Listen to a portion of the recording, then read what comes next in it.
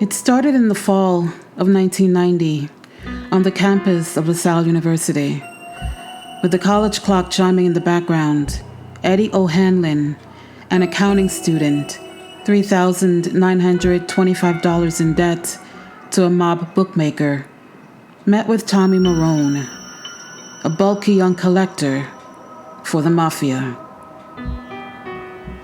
Marone, the 22-year-old of an imprisoned gangster, was alternately perplexed, annoyed, and even dumbfounded over O'Hanlon's inability to come up with the money he had lost betting baseball playoff games that weekend. O'Hanlon, a thin 20-year-old undergraduate from the suburbs, was in turn broke, scared, and begging for more time. He was also wired for sound. As a result, the first words the FBI heard in a 4-year investigation that would bring down Philadelphia mob boss John Stanfa and most of his organization were recorded at 9:11 a.m., October 25th, 1990. Marone, a 6'2", 280-pound wannabe wise guy, dominated the conversation. You went in, and you bet $3,900 this week with no fucking money? He asked O'Hanlon as they sat outside a lecture hall on the tree-lined campus. Are you out of your fucking mind or what? You're not playing with little kids here. They want the fucking money. They don't want to know nothing. That's what they said to me. They don't want to know nothing. I mean, how do you bet with no fucking money at all?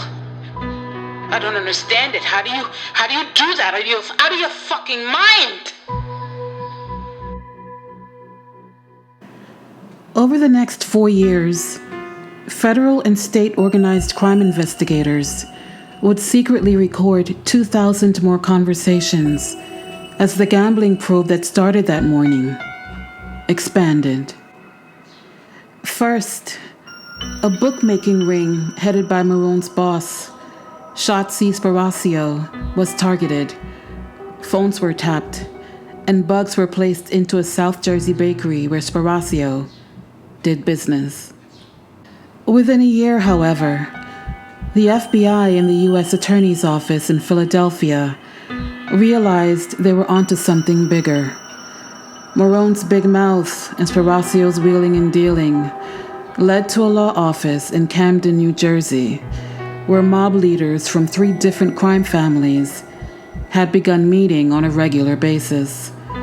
With court approval, the office was bugged, and what had started as a gambling probe became a major racketeering investigation.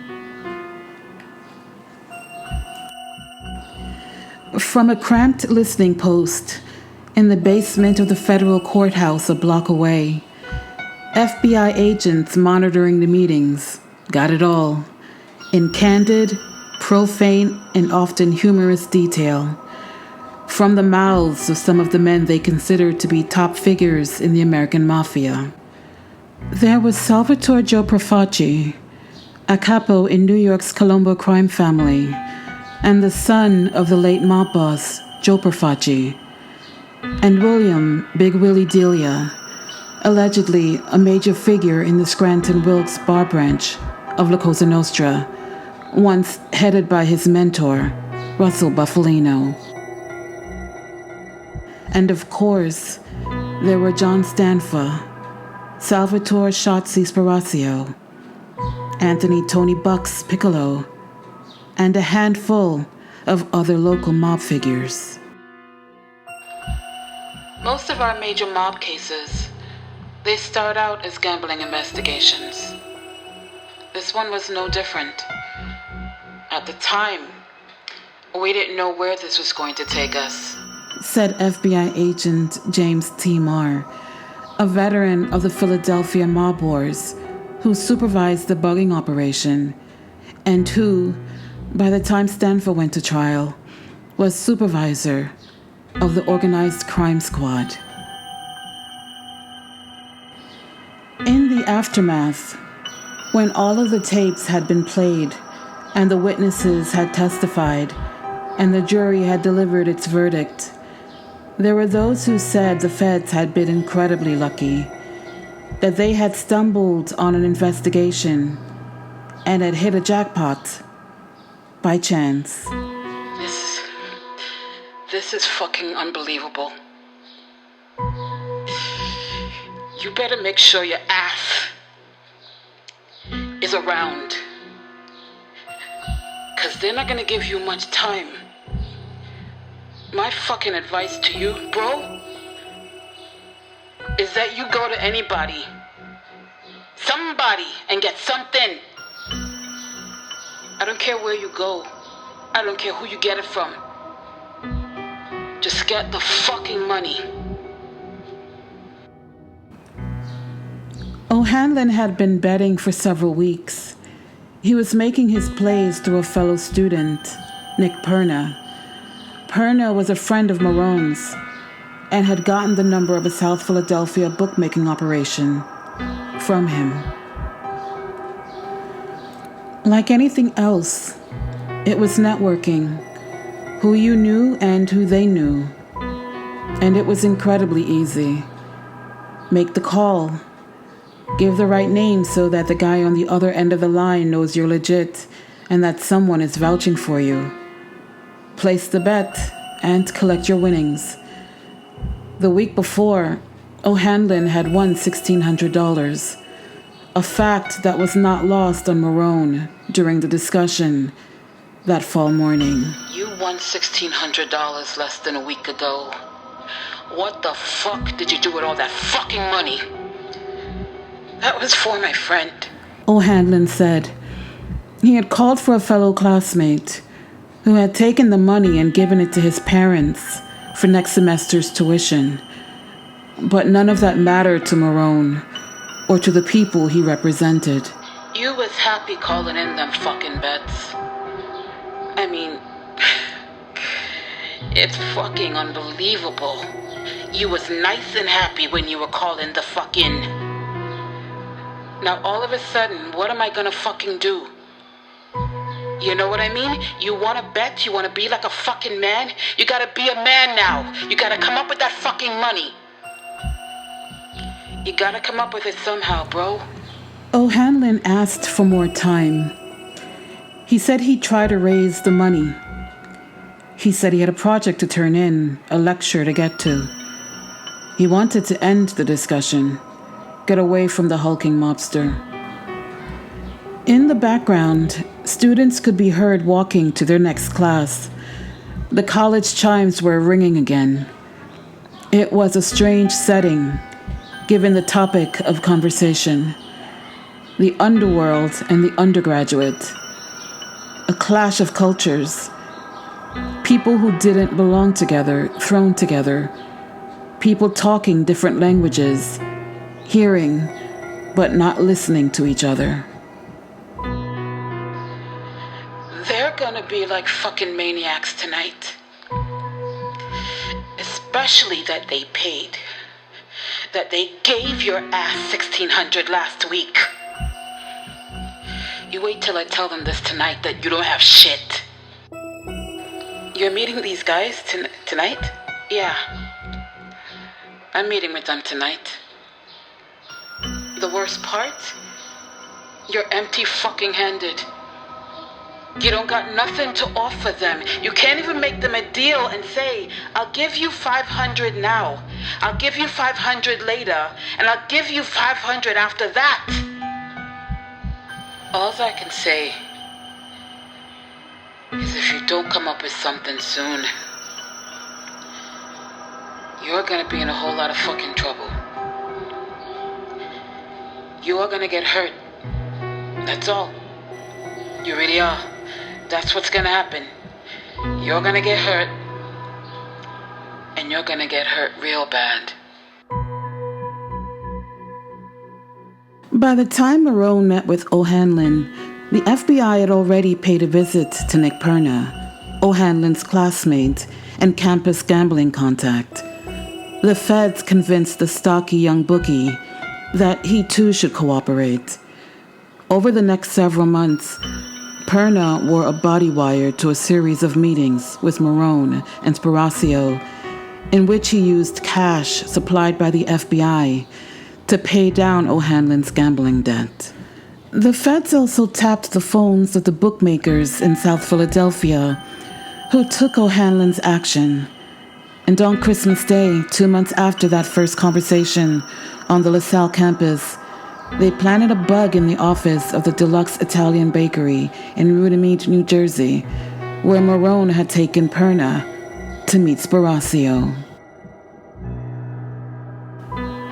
Christmas was one of the days the bakery was closed. There was at least some thought that Sparacio, a long-time and well-known mob bookmaker with a history of gambling arrests, had taken on new stature in the Philadelphia, South Jersey underworld. Marone, unaware that Perna was wired, contributed to that theory. This guy's the biggest fucking guy in Jersey. And controls the fucking bartenders union. That's why I cannot fuck up with this guy. He told Perna as they drove to their first meeting with Sparacio. Them guys on the phone. All those cocksuckers work for him.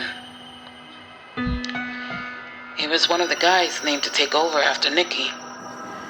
Nicky was Nicodemo Little Nicky Scarfo, the former mob boss of Philadelphia, and perhaps the most violent mafia leader in America.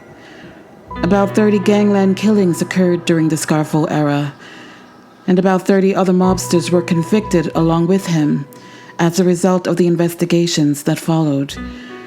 But by October of 1990, the 60-year-old Scarfo was out of the picture. Federal authorities were just beginning to put together the pieces of the newly reorganized Philadelphia mob when the gambling investigation began. And while Marone's boast that his boss was now one of the top guys proved to be an overstatement, it nevertheless led investigators to the very top of the organization. All my fucking life, all I ever done was book. Shotzi Sparacio said in a conversation picked up much later in the investigation. Unfortunately for Sparacio, the jury didn't quite see it that way, but he might have been telling the truth. Eddie O'Hanlon was never roughed up. Marone's threats might have been just that, threats. Perna, with FBI cash, paid back the debt over several months, usually in increments of $400. What's more, several tapes made by Perna showed Sparacio to be a patient, albeit perplexed, bill collector. Like Marone, he couldn't understand how O'Hanlon could bet without the money to cover his action. He said it showed a lack of character. It would have been different, he added, if O'Hanlon had covered some earlier losses, established a track record, so to speak. But to fail to pay the first time you lose, what kind of guy is this? Sparacio asked. It's a shame we gotta go through this. It's like stealing. It's like going into your pocket and stealing your fucking money. A guy like that got no character. None at all. You know, a guy loses some serious money. Then there's a little mark. That's a different story. But you come up ice fucking cold in the beginning? Nothing? It's like going into your house and burglarizing your fucking home. Sparacio, who had spent all his life on the streets and who had been a wise guy for close to 40 years, was also flabbergasted that someone going to a university, a place of higher learning, would act in such a manner. Shame the fuck on him and anything he ever does. He's a thief. A fucking disgrace. Later, when his world started to come apart, when gambling debts were replaced by vendettas, he himself received a classic underworld message, a dead fish and a bullet in a box on his doorstep. Sparacio talked again about the lack of honor, loyalty, and character in the people around him. There's no brains behind anything anymore. There's nowhere you can turn to make sense out of anything. Before, people mediated things, ironed things out. I don't know where things are gonna lead to now. Greed and a grab for power had sent the Philadelphia mob careening out of control.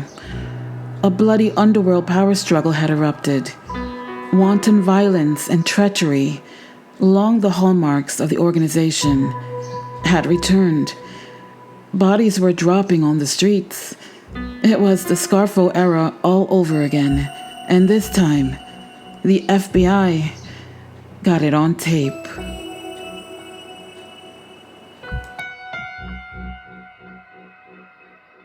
The gambling investigation that started with Sparacio and Marone eventually led to the law office of Salvatore J. Avina at 519 Market Street in downtown Camden. From conversations picked up from the bug inside the bakery office, investigators realized Sparacio went to Avina's office to meet with Anthony Tony Bucks Piccolo and John Stanfa. Surveillance of the office confirmed that the three mob leaders were often there at the same time. The feds believed this was more than a coincidence. They also doubted that the mobsters were there solely to discuss legal problems. In September of 1991, they sought and received court-authorized approval to plant an electronic listening device in the last conference room where they believed the mobsters met. During the early morning hours of October 3rd, FBI agents made a court-sanctioned break-in into Avina's second-floor suite of offices. 2 weeks later, on October 17th, the agents returned to complete the bugging of the conference room.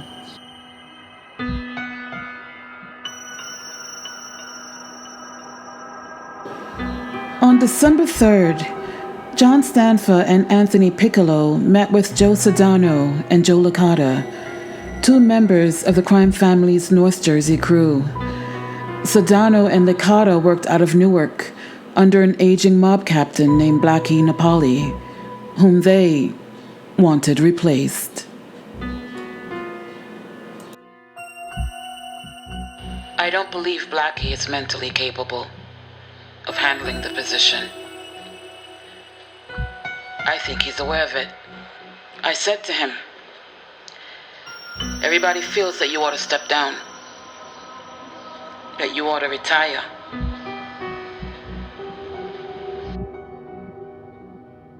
What followed was a long and rambling conversation about violations of mob protocol, about Napoli's inability to get along with people, and about the way La Cosa Nostra had begun to deteriorate. Stanfa, with Sedano, Piccolo, and Licata nodding in agreement, said too many unqualified people had become members of the organization. Stanfa said that he wanted to change that.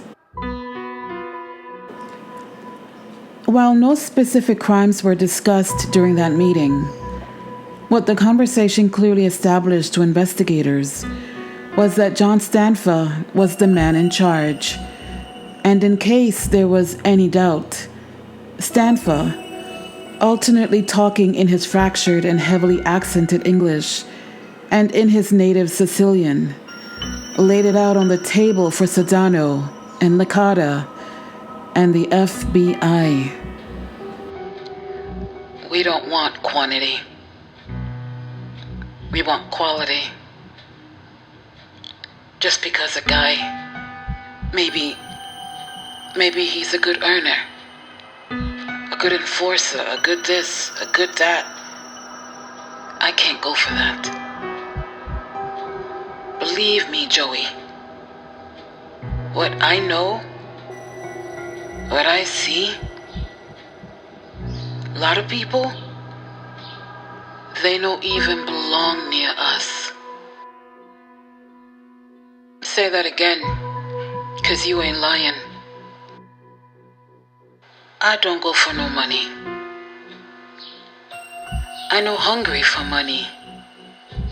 Because Cosa Nostra, this thing of ours, it's not for money. Money comes after. That's all I have to say. I got nothing left to say. But they would all have a lot more to say that day about the troubled state of the American Mafia and some of the people who ran it. A transcript of the conversation ran on for 72 pages. I tell you, ego is a dangerous thing. If you put power in the wrong fucking hands. Kid, that's when you've got problems. You got plenty of problems.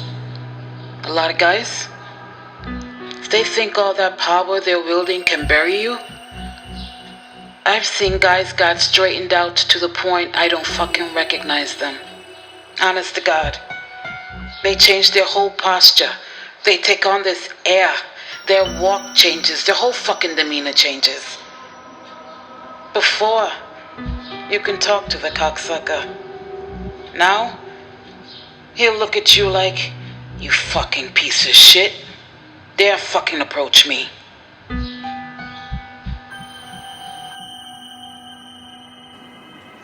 It is by almost any measure the most dysfunctional mafia family in America. An organization torn apart by its own indiscriminate use of violence and lack of self-discipline. Since the 1980s, 2 of its bosses have been brutally slain. 3 others have spent more time in jail than they have on the streets. 30 members and associates, including a generation of potential leaders, have been killed. At least 50 others have been convicted and sentenced to jail terms.